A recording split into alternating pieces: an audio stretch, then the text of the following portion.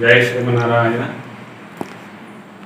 భక్తులందరికీ కూడా, హిందూ బంధువులందరికీ కూడా శ్రీ విశ్వావసునామ సంవత్సర నూతన సంవత్సర ఉగాది శుభాకాంక్షలు తెలియజేస్తూ, భగవద్ అనుగ్రహం అందరికీ కూడా కలగాలని, సమస్త జీవరాశి కూడా ఆయురారోగ్య భోగభాగ్యాలతో విలసిల్లాలని కోరుకుంటూ, ఈ ఉగాది అనేది చాలా మహత్తరమైనటువంటి పండుగ.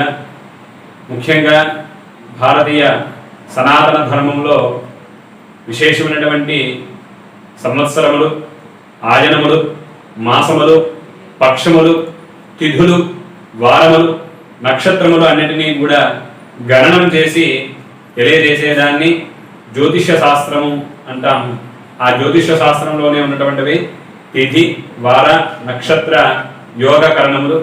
దీన్ని అనుసరించి మన యొక్క స్థితిగతులు అనేవి నిర్ణయింపబడతాయి. గ్రహముల యొక్క స్థితిగతులు బట్టి మన యొక్క జీవన పరిస్థితి అనేది ఏర్పడుతుంది. కాబట్టి దాన్ని తెలియజేసేదే, ఈ యొక్క కాలాన్ని గణించేదే మనకి పంచాంగము. అటువంటి చైత్ర శుద్ధ పాఠ్యముని మనం ఉగాది అంటాము. ఈ సంవత్సరం విశ్వావసునామ సంవత్సరం. ఈ విశ్వావసునామ సంవత్సరం చక్కగా అందరూ కూడా శుభం జరగాలని కోరుకుంటూ, ముఖ్యంగా మనం ఈ ఉగాది రోజున మనం ఏమిటి చేయాలి? ఈ ఉగాది రోజున చక్కనైనటువంటి దేవాలయ సందర్శనము కానీ, ఇష్టదేవత ఆరాధన కానీ చేసినట్లయితే భగవద్ అనుగ్రహం అనేది మనకి పరిపూర్ణంగా లభిస్తుంది. ముఖ్యంగా భారతీయ సనాతన ధర్మం అనేది చాలా గొప్పది. ఈ సనాతన ధర్మంలో మన పెద్దవాళ్ళు, మన పూర్వీకులు, మన ఋషులు ఏది చెప్పినా కూడా దానిలో ఉన్నటువంటి అంతరార్థం అనేది మనం గ్రహించినట్లయితే తద్వారా మనం సుఖాన్ని పొందవచ్చు. ముఖ్యంగా ఈ ఉగాది రోజున మనం చక్కగా ఉగాది పచ్చడి తయారు చేసుకుని భగవంతుని నివేదన చేసుకుని మనం దాన్ని ప్రసాదంగా స్వీకరిస్తాం. ఎందుకంటే ఉగాది పచ్చడిలో ఏ విధమైనటువంటి షడ్రుచులు కలిగి ఉన్నాయో, తీపి, పులుపు, వగరు తదితరమైనటువంటి రుచులు ఏవైతే కలిగి ఉన్నాయో మన యొక్క జీవితంలో కూడా విశేషమైనటువంటి సుఖాలు ఉంటాయి, సంతోషాలు ఉంటాయి, బాధలు ఉంటాయి, దుఃఖాలు ఉంటాయి.